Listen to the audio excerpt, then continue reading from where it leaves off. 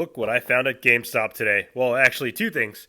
It's the new My Hero Academia Total Anime figures, Tomorrow Shigaraki and Dabi. But first, we're going to review Dabi and then Tomorrow Shigaraki next. But without further ado, like we always do, let's get started with the box art first. So it's your standard Jazwares Total Anime box. We've seen this before. I never noticed this until now, but it says how many accessory pieces are on there. And if you guys have seen my review before for the Izuku Midoriya and the Shoto Todoroki, you know I'm a big fan of the line and what Jazwares is doing with this line at the price point as well, and how many accessories we're getting. Anyways, so the box, here's the image of Dabi there, My Hero Academia, Total Anime, number 14, and then you could see, with Todoroki and Bakugo, I don't think they put the other figures in the line that's coming out, but it looks like we are getting Asta, Ryomen Sukuna. Sorry, I don't watch Jujutsu Kaisen. I probably should. We're getting another Izuku Midoriya, and then also Tomorrow Shigaraki, which I just showed you. But yeah, that's the box. Let's go ahead and get this figure out of the box. Oh, actually, wait. I do want to make mention of one thing. So normally these retail for about $16 to $20. GameStop taxed me, and they charged $24.99, which it's not completely absurd given the amount of accessories and the engineering, but I hope that's not a sign of things to come. I hope it's just GameStop's pricing. I hope it's not, a sign of things to come with the line, because I really think they have a good price point with this. All right, here's Dabi out of the box, and as you can see, he has a plethora of accessories. 8 to be specific, because that's what it says on these boxes. But let's get started with the hand sculpts first. So the figure comes with 2 sets of hands. So the first one we'll take a look at are a set of relaxed hands. The next set of hands are a set of splayed hands. It does come with 3 effect pieces, and the first one we're going to take a look at, it kind of goes on the splayed open hands. It's a small effect piece, which I do like. Then we have this one, which also goes with these sets of hands, and I believe it just ports in like this. Like that. Ah, damn it. It worked a minute ago. Okay, there we go. Like this. And then the last one is this big piece. These actually go with like the relaxed hands because it's not big enough for the other sets of hands, so it just goes in like that.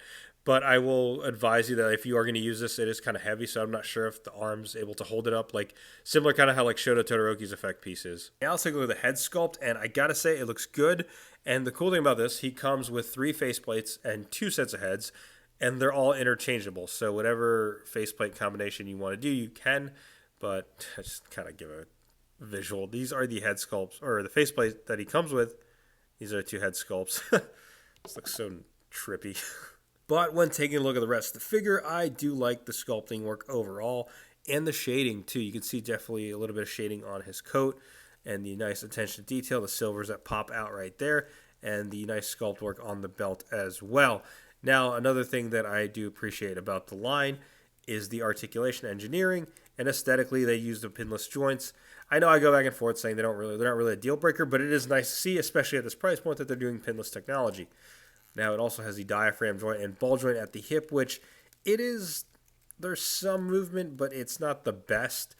It does also have the drop-down hips like the other Total Anime figures have as well, and it has the double-jointed pinless knees as well. But one thing I will say when it comes to the engineering, the articulation, I do wish they would implement some sort of thigh articulation or calf cut or ankle cut, because I noticed this when I'm trying to pose around Shoto Todoroki.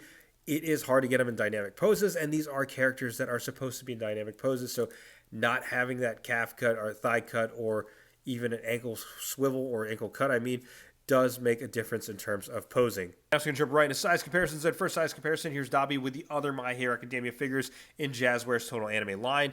And I gotta say, we are 3 waves in, and we already have 6, including the Izuku Midoriya variant that's coming out in this wave.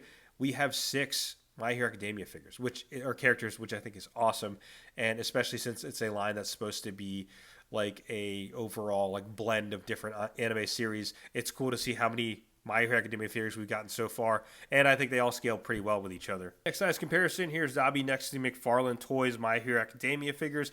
We have All Might on the left and Aida on the right, and shout outs to New York Backyard Legend. I think he and I are the only ones that still have these figures in their collection. There's so much more that McFarlane Toys could have done with this line, but that is a video that I'm working on in the future, so be on the lookout for that, because in a lot of ways they fumbled the bag when it came to this line. Anyways, that's a story for a different day. All right, some overall thoughts on the figure. I like it a lot, but what else did you expect? Y'all know how I feel about Jazwares and their Total Anime line, especially My Hero Academia figures. At the price point, and by the way, I checked. Amazon still has this at $19.99. It's still up there for pre-order if you want to get it. At the $25 price point, which is what I paid at GameStop, because, you know, the GameStop tax, it's still worth it because you're teetering around, you know, like the normal retail domestic line pricing. The appeal of Total Anime line was that it's always been around like the $15 to $20 price point for the first two waves. Having said that, I still think it's worth it, especially if you are a My Hero Academia fan. And like I said, there could be some improvements engineering in terms of like the thigh cut or calf cut or even ankle cuts as well. But overall, I think this figure is good. And I do want to make mention of something when it comes to these figures, especially the other ones in the line, like not just the My Hero Academia figures. I would call these things, some people were like, oh, could these replace Figuarts? Of course not. Or Revoltech? Of course not.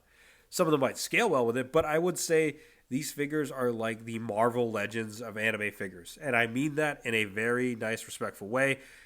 Marvel Legends inspire, like, I would say these are Marvel Legends like in a sense that imagine all the bangers that Marvel Legends produces in a year. Like, I know out of 100 figures, usually 15 to 20 of them are really, really good.